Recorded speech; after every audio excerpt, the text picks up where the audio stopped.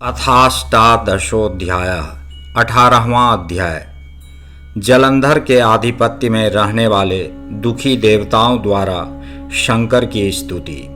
शंकर जी का देवर्षि नारद को जलंधर के पास भेजना, वहां देवों को आश्वस्त करके नारद जी का जलंधर की सभा में जाना, उसके ऐश्वर्य को देखना तथा पार्वती के सौंदर्य का वर्णन कर उसे प्राप्त करने के लिए जलंधर को परामर्श देना। सनत कुमार बोले, हे मुनीश्वर, इस प्रकार उस महान असुर के धर्म पूर्वक पृथ्वी का शासन करते रहने पर उसके स्वामित्व में रहने के कारण देवता दुखी हुए। वे सभी दुखित देवता मन ही मन देवाधिदेव सर्वप्रभु भगवान सदा शिव की शरण में आए और अपने दुख को दूर करने के लिए सब कुछ देने वाले भक्त वत्सल भगवान महेश्वर की मनोहर वाणी से स्तुति करने लगे। तब भक्त जनों के सभी मनोरथ पूर्ण करने वाले महादेव ने देव कार्य करने की इच्छा से नारद को बुलाकर वहां जाने हेतु प्रेरित किया। इसके बाद ज्ञानी शिवजी के भक्त तथा सज्जनों का उद्धार करने वाले देवर्षि नारद शिवजी की आज्ञा से देवताओं के पास दैत्यपुरी में गए। व्याकुल इंद्रादि सभी देवता मुनि नारद को आते देखकर शीघ्रता से उठ गए। उत्कंठापूर्ण मुख वाले इंद्र आदि देवताओं ने नारद मुनि को नमस्कार करके प्रीति पूर्वक उन्हें आसन प्रदान किया। तदनंतर सुखपूर्वक आसन पर बैठे हुए उन मुनि को पुनः प्रणाम करके इंद्रादि दुखित देवताओं ने मुनीश्वर से कहा। देवता बोले, हे मुनि श्रेष्ठ, हे कृपा कर हम लोगों के दुख को सुनिए और सुनकर उसे शीघ्र दूर कीजिए। आप प्रभु हैं तथा शंकर प्रिय हैं। दैत्य जलंधर ने देवताओं को पराजित कर उन्हें अपने स्थान से हटा दिया है। इस समय उसके स्वामित्व में रहने के कारण हम लोग दुखी तथा व्याकुल हैं। उसके द्वारा सूर्य, चंद्रमा, अग्नि, धर्मराज, लोकपाल तथा अन्य देवता भी अपने स्थानों से हटा दिए गए हैं। उस महाबलवान दैत्य ने हम सभी देवताओं को बहुत पीड़ित किया है। अतः हम सभी अत्यंत दुखी होकर आपकी शरण में आए हैं। सभी देवताओं का मर्दन करने वाले उस बलवान महादैत्य जलंधर ने संग्राम में विष्णु को भी अपने वश में कर लिया है। हम लोगों के समस्त कार्य को सिद्ध करने वाले विष्णु वर देने के कारण उसके वश में होकर लक्ष्मी सहित उसके घर में निवास कर रहे हैं। हे महामते, आप सदा सर्वार्थ साधक हैं। हम लोगों के भाग्य से ही आप यहाँ आए हैं। अतः जलंधर के विनाश के लिए कोई उपाय कीजिए। सनत कुमार बोले, उन देवताओं की यह बात सुनकर कृपा करने वाले वे मुनि श्रेष्ठ नारद जी उन्हें आश्वस्त करके कहने लगे। नारद जी बोले, हे देवताओं, मैं जानता हूँ कि आप लोग दैत्यराज जलंधर से पराजित हो गए हैं और अपने अपने स्थानों से हटा दिए गए हैं। अतः आप लोग दुखित तथा पीड़ित हैं। मैं अपनी शक्ति के अनुसार आप लोगों का कार्य सिद्ध करूंगा, इसमें कोई संशय नहीं है। आप लोगों ने बड़ा दुख उठाया है, मैं आप लोगों के अनुकूल हूँ। सनत कुमार बोले, ऐसा कहकर मुनि श्रेष्ठ नारद जी सभी देवताओं को आश्वस्त करके उस दानव प्रिय जलंधर को देखने के लिए उसकी सभा में गए। तदनंतर दैत्य जलंधर ने मुनि श्रेष्ठ नारद को आया हुआ देखकर बड़ी भक्ति के साथ उठकर उन्हें श्रेष्ठ तथा उत्तम आसन प्रदान किया। तत्पश्चात विधि पूर्वक उनकी पूजा कर वह दानवेंद्र बहुत आश्चर्य में पड़ गया और हंस करके मुनिवर से यह वचन कहने लगा। जलंधर बोला, हे ब्रह्मन, आपका आगमन कहाँ से हो रहा है? आपने कहीं पर कुछ देखा है क्या? हे मुने, आप यहाँ जिस लिए आए हैं उसे मुझको बताइए।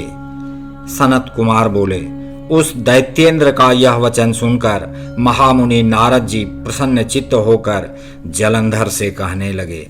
नारद जी बोले, संपूर्ण दैत्यों तथा दानवों के अधिपति हे जलंधर, तुम धन्य हो। हे सर्वलोकेश, तुम ही सारे रत्नों का उपभोग करने योग्य हो। हे दैत्येंद्र सत्तम, मेरे आने का कारण सुनो।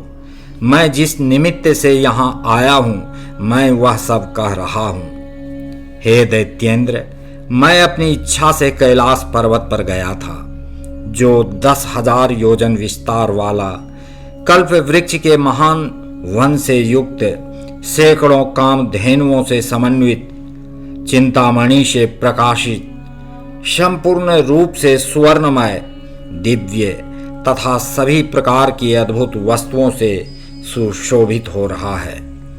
वहां पर मैंने पार्वती के साथ बैठे हुए गौर वर्ण, सर्वांग सुंदर, त्रिनेत्र एवं चंद्रमा को मस्तक पर धारण किए हुए भगवान शंकर को देखा।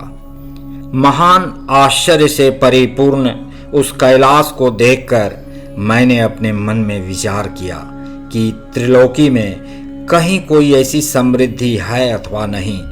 हे दैत्येंद्र, उसी समय मुझे तुम्हारी समृद्धि का स्मरण हुआ और उसी को देखने की इच्छा से मैं तुम्हारे पास यहाँ आया हूँ। सनत कुमार बोले, नारद जी से ऐसा सुनकर उस दैत्यपति जलंधर ने बड़े आदर के साथ उन्हें अपनी सारी समृद्धि दिखाई। तब देवगणों का कार्य सिद्ध करने वाले वे ज्ञानी नारद जी उसे देखकर शंकर जी की प्रेरणा से उस दैत्येंद्र जलंधर से कहने लगे। नारद जी बोले, हे श्रेष्ठ वीर, तुम्हारे पास इस समय निस्संदेह सारी संपत्ति है। तुम त्रिलोकी के पति भी हो, अतः इसमें आश्चर्य क्या हो सकता है। मणि, रत्नों की राशियां, घोड़े, हाथी आदि समृद्धियां तथा जो अन्य रत्न हैं, वे सब तुम्हारे घर में सुशोभित हो रहे हैं। हे महावीर, तुमने इंद्र के हाथियों में रत्नभूत ऐरावत को ले लिया है तथा सूर्य का अश्वरत्न उच्चैश्रवा घोड़ा भी ले लिया है। तुम कल्प वृक्ष भी ले आए हो तथा कुबेर की सारी निधियां भी तुम्हारे पास हैं। तुम ब्रह्मा जी का हंस युक्त विमान भी ले आए हो। इस प्रकार हे दैत्येंद्र, पृथ्वी, पाताल तथा स्वर्गलोक में जो भी उत्तम रत्न हैं, वे सब तुम्हारे घर में सुशोभित हो रहे हैं। हे महावीर, गज, अश्वादि से सुशोभित तुम्हारी संपूर्ण समृद्धि को देखता हुआ मैं प्रसन्न हूँ। किंतु हे जलंधर, तुम्हारे घर में सर्वश्रेष्ठ स्त्री रत्न नहीं है, इसलिए तुम विशेष रूप से स्त्री रत्न को लाने का प्रयत्न करो।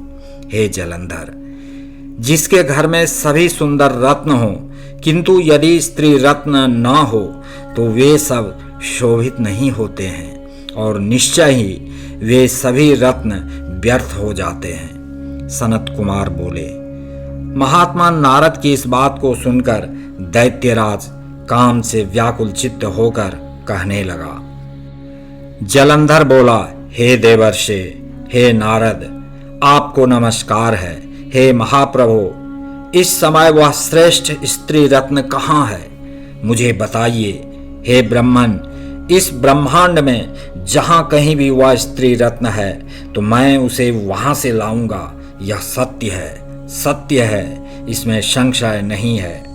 नारद जी बोले, अत्यंत मनोहर सर्व समृद्धि संपन्न कैलाश पर्वत पर योगी का रूप धारण किए हुए दिगंबर शंभु रहते हैं। सुरम्य, सभी लक्षणों से संपन्न, सर्वांग सुंदरी तथा मनोहर पार्वती नामक उनकी भार्या है। हाव भाव से पूर्ण ऐसा मनोहर रूप अन्यत्र कहीं भी देखने को नहीं मिलता। वह अत्यंत अद्भुत रूप परम योगियों को भी मोहित करने वाला, दर्शन के योग्य और संपूर्ण समृद्धियों को प्रदान करने वाला है। हे वीर, हे जलंधर, मैं अपने मन में अनुमान करता हूँ कि स्त्री रत्न से युक्त शिवजी से बढ़कर अन्य कोई भी इस समय तीनों लोकों में समृद्धिशाली नहीं है। पूर्व काल में जिसके लावण्य समुद्र में डूबकर ब्रह्मा जी ने अपना धैर्य खो दिया था, उससे किसी दूसरी स्त्री की उपमा कैसे दी जा सकती है, जिसने अपनी लीला से काम के शत्रु, राग रहित तथा स्वतंत्र शंकर को भी अपने वश में कर लिया है। हे दैत्येंद्र, उस स्त्री रत्न का सेवन करने वाले शिव की जैसी समृद्धि है, वैसी समृद्धि संपूर्ण रत्नों के अधिपति होने पर भी तुम्हारे पास नहीं है। सनत कुमार बोले, ऐसा कहकर देवताओं का उपकार करने के लिए उद्यत लोक विख्यात वे देवर्षि नारद आकाश मार्ग से चले गए।